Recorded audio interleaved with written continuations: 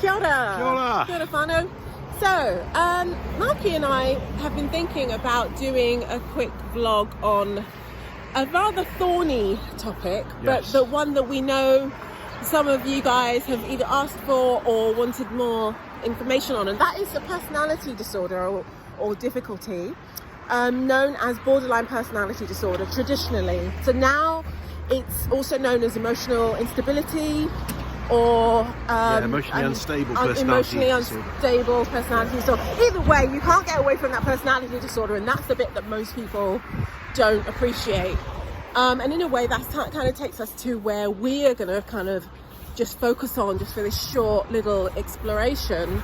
And that is the fact that we both feel, as clinicians who have quite a great deal of experience between us of working with those who, have experienced trauma, childhood trauma. We work with women who've been raped and all kinds of, and Markie, of course, works now in the area of the prevention of sexual harm. So it's almost like Markie does the perpetrator end, and I'm still working predominantly, as well as my gender work. I work with women who have just negotiating a who have had that horrific experience of either childhood incest or abuse of some kind in their young years. So we're both very familiar with the people who basically quite often are given by psychiatrists or psychologists in the UK. They can diagnose as well, right?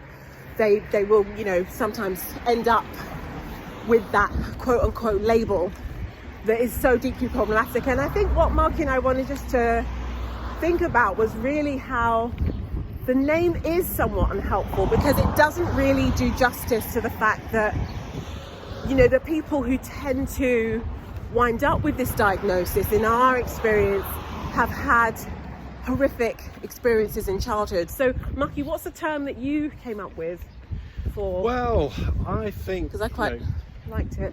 I kind of think that the symptoms of borderline or unstable personality disorder are a normal response to an abnormal childhood.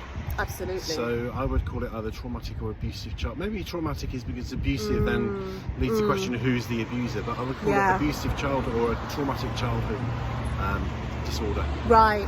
I think that's it, and I think that's really our position. I mean, this is such a complex issue. This is such a, basically, when my training as a psychotherapist, so much of the work that you do in your training is about dealing with the kind of complexity of borderline personality disorder or emotionally unstable. I mean, it has now a few names, really. I don't know if there's any one that's actually been decided upon, but there's two main diagnostic manuals. So right, exactly. So one uses borderline, the other uses emotionally unstable. I guess it's much clearer. Well, it's a bit pejorative. It's nice to be called either of them you could argue are pejorative, and I think that's the issue. Borderline is confusing because people think that because obviously I think the thing is that personality disorders are controversial.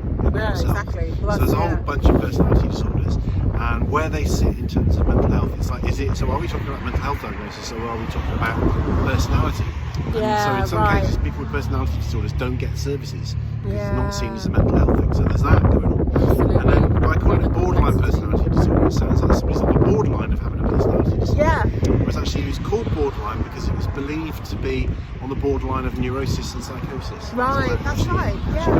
But that's not helpful, really. That doesn't tell us anything. No, and we're very aware that a lot of people, feel very, I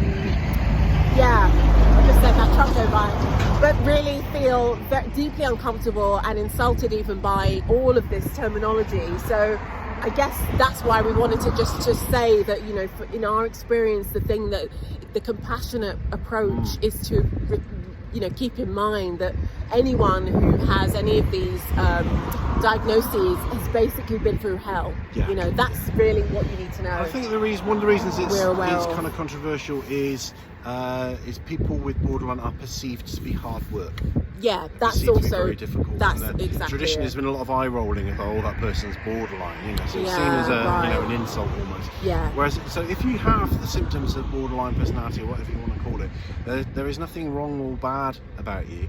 What it means is you are a survivor of a very messed up childhood, which has done you a great deal of damage. Absolutely. And you're probably going to need a whole lot of therapy. Yeah. But it doesn't mean that you're stuck with this either. People recover. Absolutely. People progress out of these things. I've had amazing, journeys with some of my patients, and it's really probably the place where I'm most comfortable is working with people who have borderline, what would be traditionally termed as borderline personality disorder.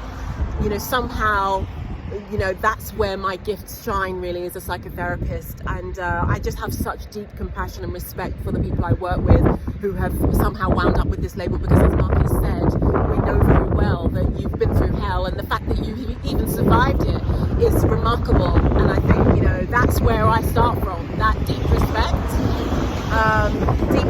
and deep compassion. So really, I guess that's what I mostly wanted to say. There's so much more we could say, but we wanted to keep this really short and sweet. And so you've got it. Don't beat yourself up. Get help. Be patient. Absolutely. It will take time, but you can get better. Yeah, and reach out to us. If you're in New Zealand, or even if you're not, we do some work at distance. Obviously, that depends on assessment and what's going to really be best for you. We can't take on everyone from abroad if we're in New Zealand. It doesn't always work out, but certainly we can also signpost, because we have our... to recommend somebody near you that's good. Yeah, and we've got our colleagues in the UK, so yeah, by all means reach out for signposting and guidance if you wish, and we'll see what we can do. Thank you guys. Thank you so much, Markie, for tackling this one. And any questions, depending on what platform, just put comments below, ask away. We'll see what we can do. See you in the next one, guys. Rangimarie. Kia ora.